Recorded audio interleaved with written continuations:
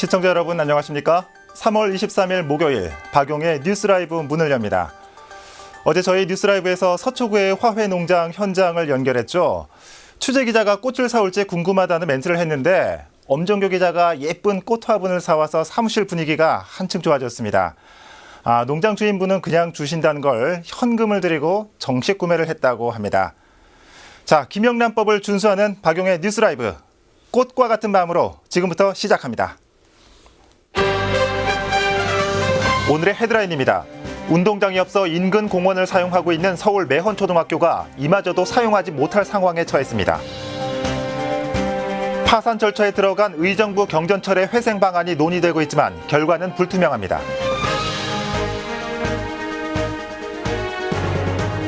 송파구 풍납동 다가구 주택에서 방화로 추정되는 화재가 발생해 한 명이 사망했습니다.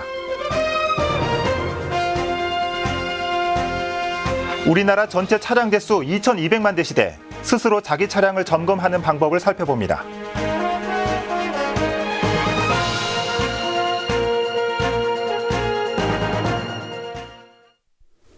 운동장이 없는 학교가 있습니다.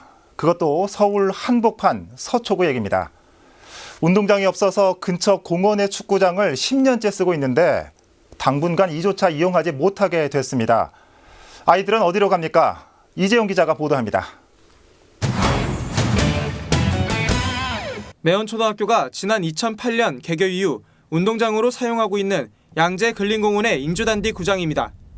당시 운동장 부지를 확보하지 못해 설립에 어려움을 겪은 이 학교는 인근 근린공원의 체육시설 이용을 협조받아 문을 열었습니다.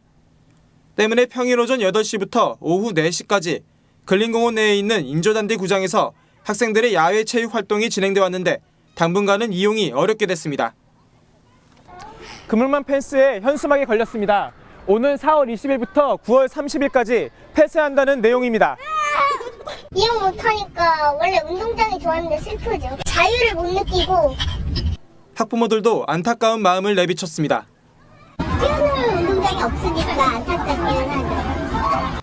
학교 측이 문제 해결에 나섰지만 쉽지 않은 상황입니다.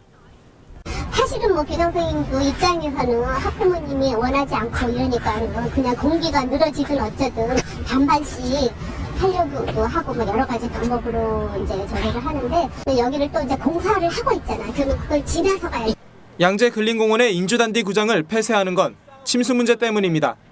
지난 2010년과 2011년 여름에 내린 폭우로 양재 이동 주민센터 부근이 침수 피해를 입었기 때문인데 이런 문제를 해결하기 위해 서초구는 지난해 1월 11일부터 양재 근린공원에 우수저류조 설치 공사를 시작했습니다.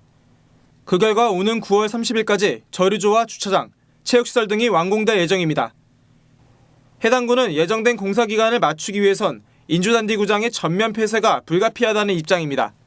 매헌초등학교에 대해서 축구장이 원래 없지 않습니까? 실내 체육관 외에는. 그러다 보니까 축구장 일부라도 좀 공사 전면 폐쇄 전에 부분적으로 좀 사용할 수 있도록 그렇게 한 부분인데요. 전체적으로 어떤 전체 조성 체육시설이라든가 할 때는 그 전면적인 이제 폐쇄가 이제 불가피하거든요. 서초구는 공사 기간 동안 학생들이 체육 활동을 할 수 있도록 근린공원 내 잔디밭을 제공한다고 밝혔습니다. 딜라이브 서울 경기 케이블 TV 이재용입니다.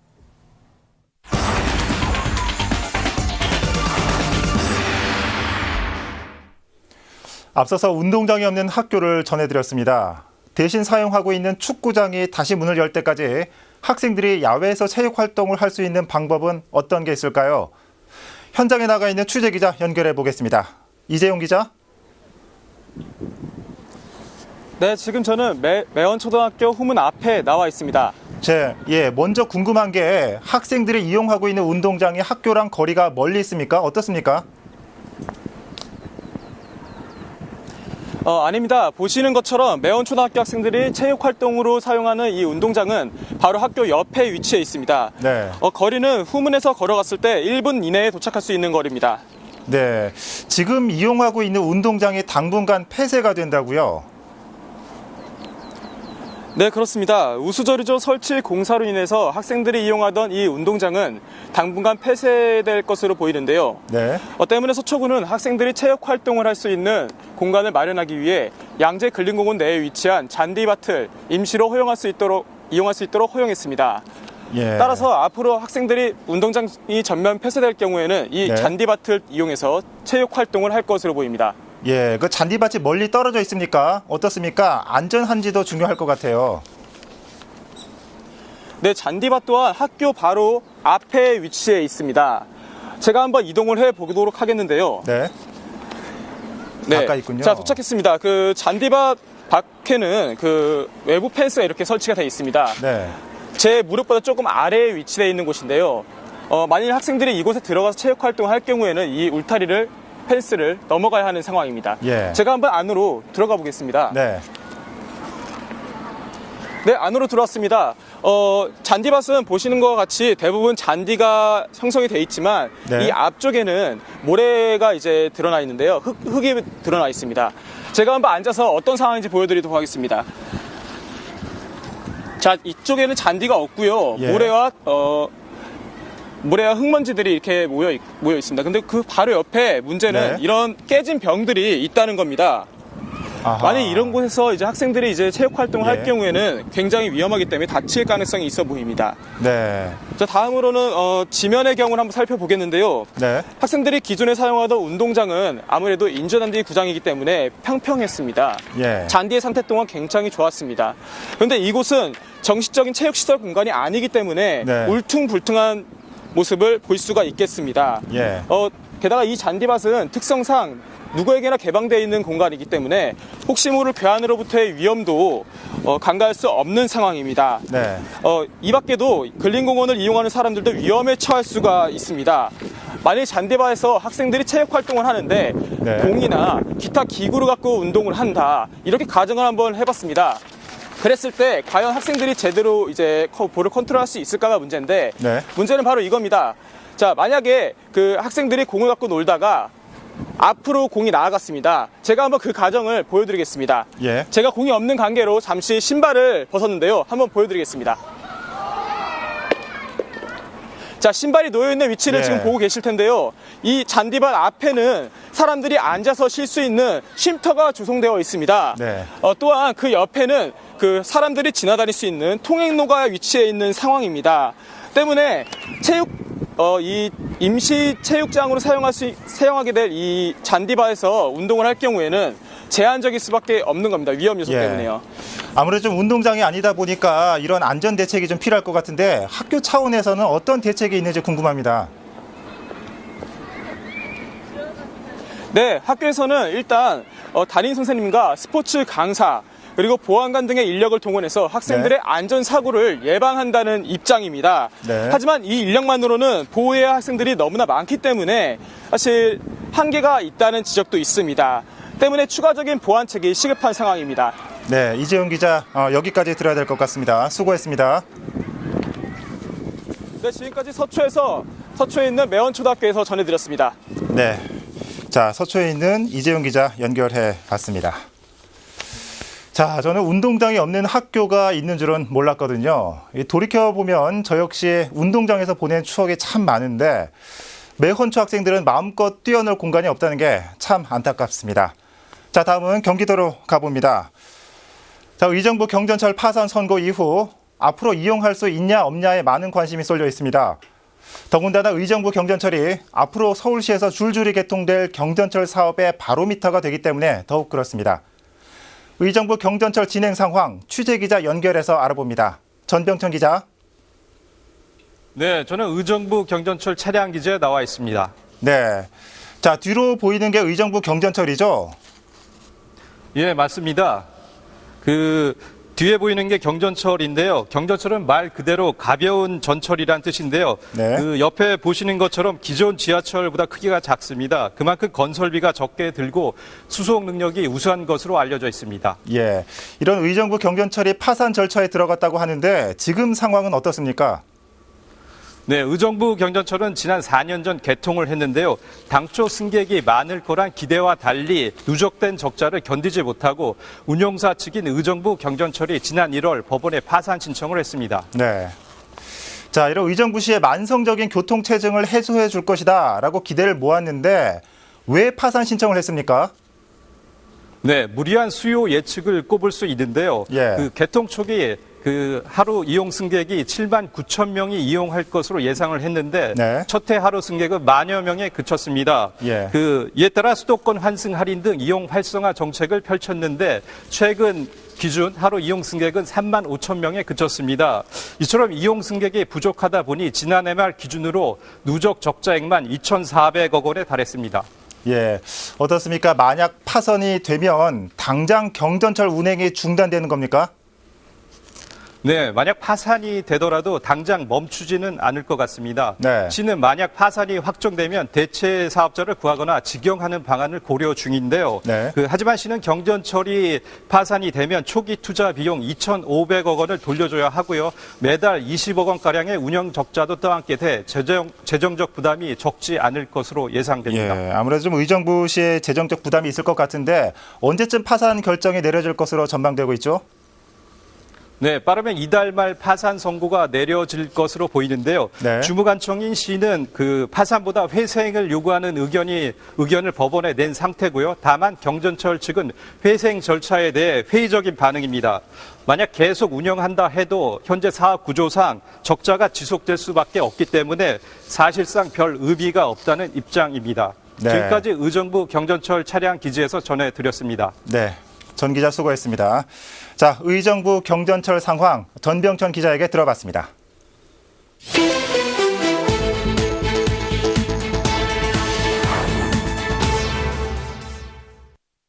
어제 오전 7시 30분경 송파구 다가구 주택에서 방화로 추정되는 화재가 발생했습니다. 이 불로 방화돼 있던 28살 김모 씨가 사망하고 21살 김모 씨는 전신에 3도 화상을 입어 병원으로 옮겨졌습니다. 경찰과 소방당국은 가스 냄새가 났다는 신고 내용을 토대로 방화 가능성을 염두에 두고 정확한 화재 원인을 조사하고 있습니다. 어제 오후 1시 30분경 여주시 흥천면의 한 야산에서 화재가 발생했습니다. 이 불로 비닐하우스 한 동과 묘지 등이 불에 타 소방서 추산 150만 원의 재산 피해가 발생했습니다. 어제 새벽 12시 20분경 경기도 남양주시 별내동에서 차량 화재가 발생해 20여 분 만에 꺼졌습니다. 이 사고로 인명피해는 없었지만 차량 석 대가 소실돼 1,200만 원가량의 재산 피해가 발생했습니다.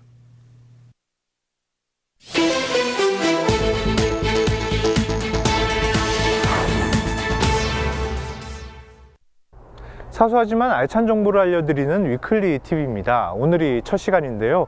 저희는 앞으로 시청자분들이 원하시는 정보를 알려드리도록 노력하겠습니다. 오늘은 자동차 이야기 해보겠습니다. 지난해 기준 국내 승용차 등록 대수가 1,700만 대를 넘었는데요. 안전운전뿐만 아니라 안전한 자동차 생활을 위해서는 정비가 필수입니다.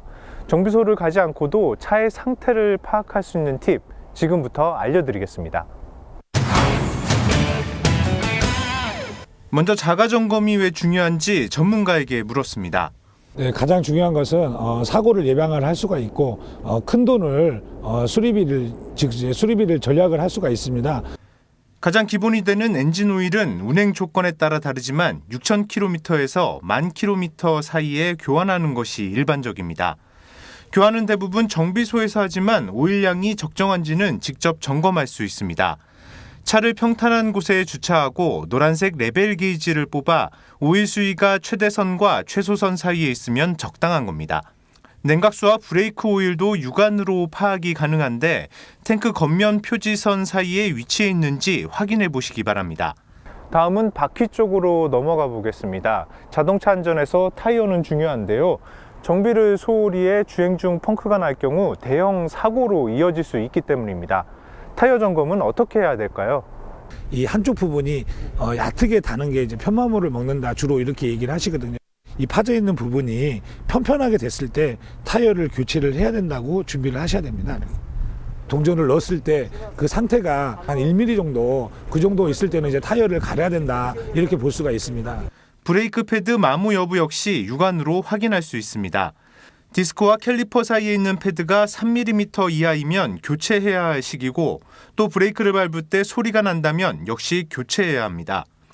안전을 위해 운전자가 할 수 있는 기본적인 안전점검 알려드렸습니다. 한 가지 팁 더 알려드리겠습니다. 봄철을 앞두고 실내 공기 필터 많이 교환하실 텐데요.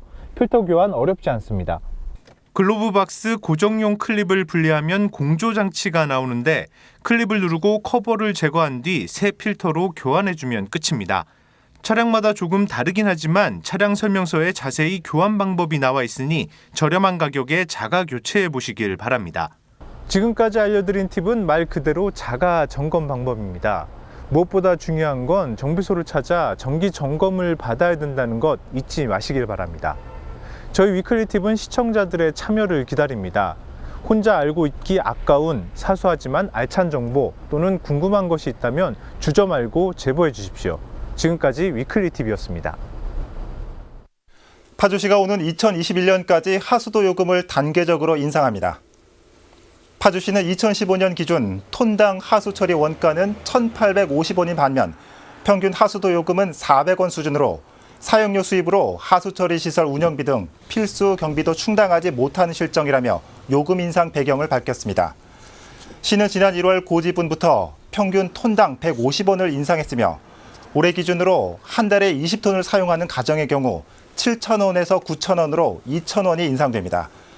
시는 내년부터 2021년까지 5년간 단계적으로 요금을 인상하고 업무용과 영업용 요금을 일반용으로 통합해 부과할 방침입니다.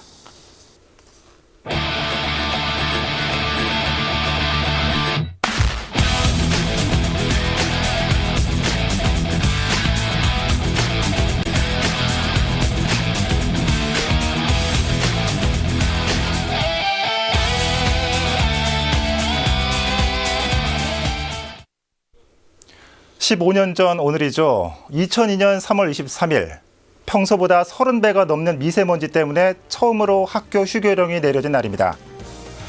언제부턴가 서울의 누런 하늘이 일상이 돼버렸습니다.